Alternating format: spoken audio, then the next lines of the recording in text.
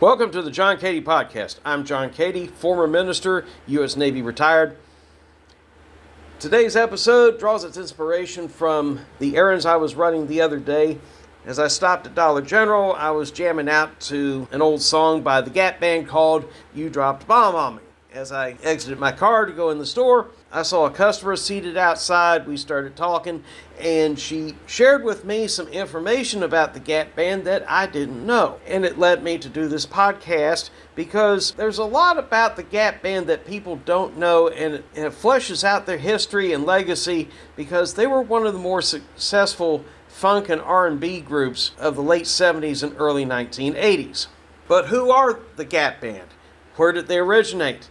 And how did they break into the music scene? When one thinks of Oklahoma, and in particular Tulsa, Oklahoma, most people immediately start thinking about country music. They don't think about R&B, they don't think about heavy metal, they don't think about other genres of music. Country tends to be the first thing to pop into people's minds. But the Gap Band were an R&B and soul band. They consisted of three brothers, Charlie, Ronnie, and Robert Wilson. They grew up in the Greenwood neighborhood of Tulsa, and they got their name after the streets, Greenwood, Archer, and Pine, which were in that neighborhood. The Gap Band started out in 1967, when the brothers were teenagers. They used the name Greenwood, Archer, and Pine Band as kind of a joke when they were touring in the local area, but as they became more popular, they decided to shorten it from Greenwood, Archer, and Pine to the Gap Band, which we know and love today. After several years of struggling and hitting local gigs here and there, their first big break came in 1974 when they became the backup band for another Oklahoma musician, Leon Russell. Leon Russell had the Gap Band perform on their Stop All That Jazz album, which Russell released that year. The Gap Band also would have a deal with Shelter Records where they would release two albums, Magician's Holiday and The Gap Band, not to be confused with their debut album on Mercury Records. Unfortunately, the funk style that they had at that point in time wasn't quite catching on compared to other musicians of the early to mid 1970s, but the effort was paying off. Producer Lonnie Simmons caught wind of them. They got eventually signed to Mercury Records, where they would record a series of albums, and that's where the momentum began. Their debut album was in 1979, titled The Gap Band, just like their second album on Shelter. They had a top 10 R&B hit called Shake, but they didn't really have any crossover success when it came to the Billboard Hot 100 mainstream pop charts. The Gap Band 2 would be released later that year, and they had another top 10 R&B hit, I Don't Believe You Want to Get Up and Dance. People who were in the know were comparing the Gap Band's evolving sound to similar to Parliament and Funkadelic. Parliament and Funkadelic were the creations of George Clinton, and they were a dominant force during that time frame in the R&B and even on the pop charts. Parliament had a top 20 hit with Flashlight in 1978. The Gap Band 2 would have a follow-up top 10 R&B hit called Steppin' Out. In 1980, Gap Band 3 comes out. Gap Band 3 had the distinction of being their first album to hit the top 20 on the Billboard album charts. So now they were getting mainstream recognition in addition to an already established fan base in the R&B community. Yearning for Your Love would hit the top 5 on the R&B charts. Burn Rubber would be their first number 1 R&B hit. In 1982, the Gap Band would finally achieve mainstream success with Gap Band 4. This is where the group peaked. Gap Band 4 would hit number 1 on the Billboard R&B charts, and it would be the first album on Total Experience Records, which was a subsidiary of Mercury. Two of the songs off of Gap Band 4 would become mainstream top 40 hits on the Hot 100.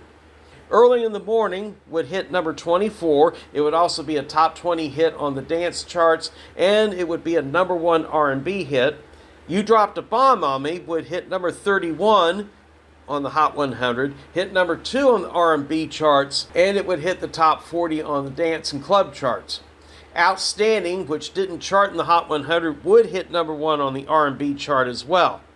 What made the first of those 3 singles unique was Early in the Morning was the first Gap Band song to feature a rooster crowing, an actual rooster, not a synthesized recording of one, or sound effects worked together to make a rooster sound.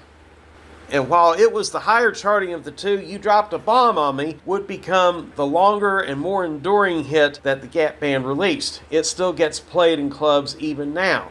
One of those songs that Professor of Rock would probably include in his number 1 in our hearts, because it's a song that's very well loved, and yet it didn't really get that much love on the charts.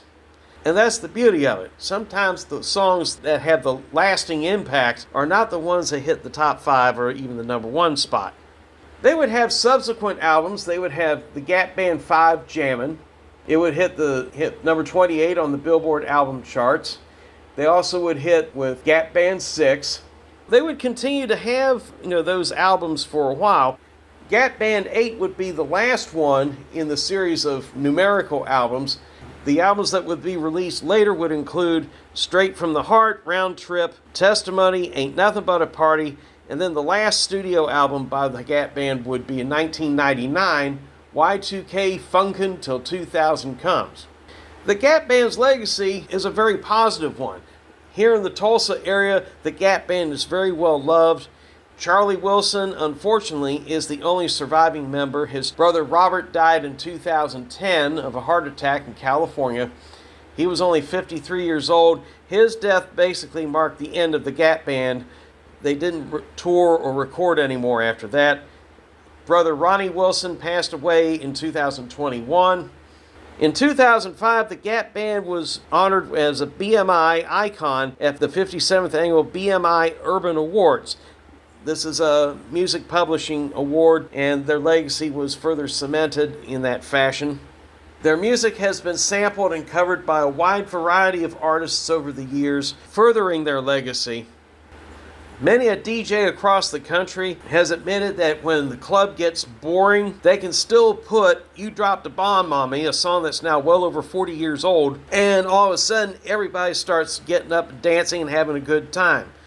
The Gap Band indeed have a very lasting legacy that continues on long after the music has ended. This is John Cady. I'm glad you stuck around for this podcast.